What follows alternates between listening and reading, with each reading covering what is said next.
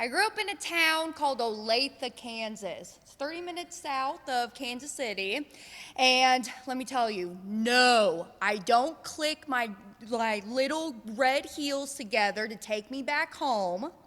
So I was growing up, and when I was in the high school years, Mom would always yell at me. She would say, "Hannah, make good choices." And I would have to reply back, "Because the choices I make today will affect my future," as I was walking out the door going to school.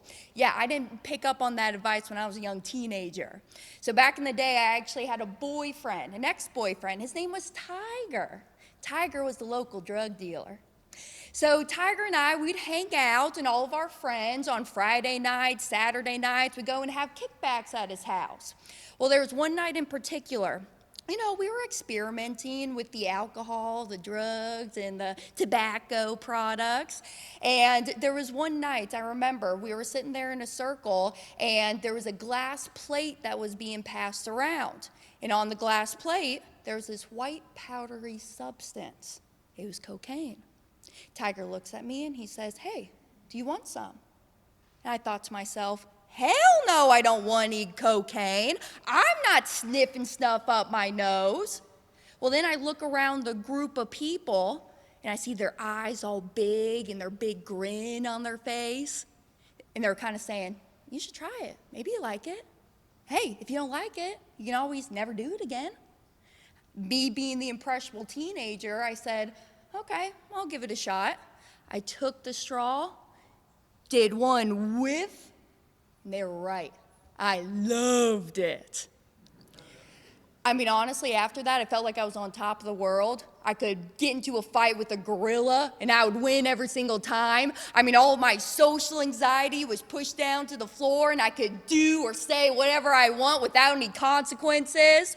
So from then, it went to every weekend. Friday, 3 o'clock, we get out of school, hang out there till Sunday at 9 p.m. Mama would be calling me back home, to an every other night situation, to then an every single night, to the point that, hey, having my line of cocaine was almost like having my morning cup of coffee. There was one night in particular, it's Monday night, Kansas City, Loose Park, we'd have drum tribe. I'd go up there with my girlfriends, and of course we'd bring our white powder with us. So we're hanging out at Drum Tribe. It concludes around the 10 o'clock hour, and we were hanging out a little bit later until the drugs ran out. I call up Tiger and I say, "Hey, can we get another gram of cocaine?" He says, "Yeah, that's going to be $70. So we get into the car, we drive to the U.S. Bank ATM. I withdraw the $70 out. I look at the receipt. Negative $65.93 was in my bank account. That's when the reality set in. I said, I'm deep in this rabbit hole. I can't control this anymore. That night was the night that I luckily had enough willpower to not go pick up that next gram of cocaine, and I got myself out of that situation. You see, the top 5 people that you hang around with, you become the average of those top 5 people. Tiger and I started to distance ourselves, that we eventually broke up. And there was one day I was reading in the Kansas City Star, there was an article. A gentleman was driving in the car. He went into oncoming traffic, and he died upon impact. He had cocaine, alcohol, and fentanyl in his system. And it was Tiger.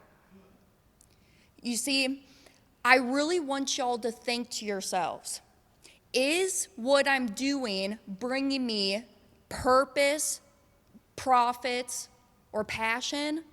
And if it's not, you shouldn't be giving it your time, your energy, or your attention.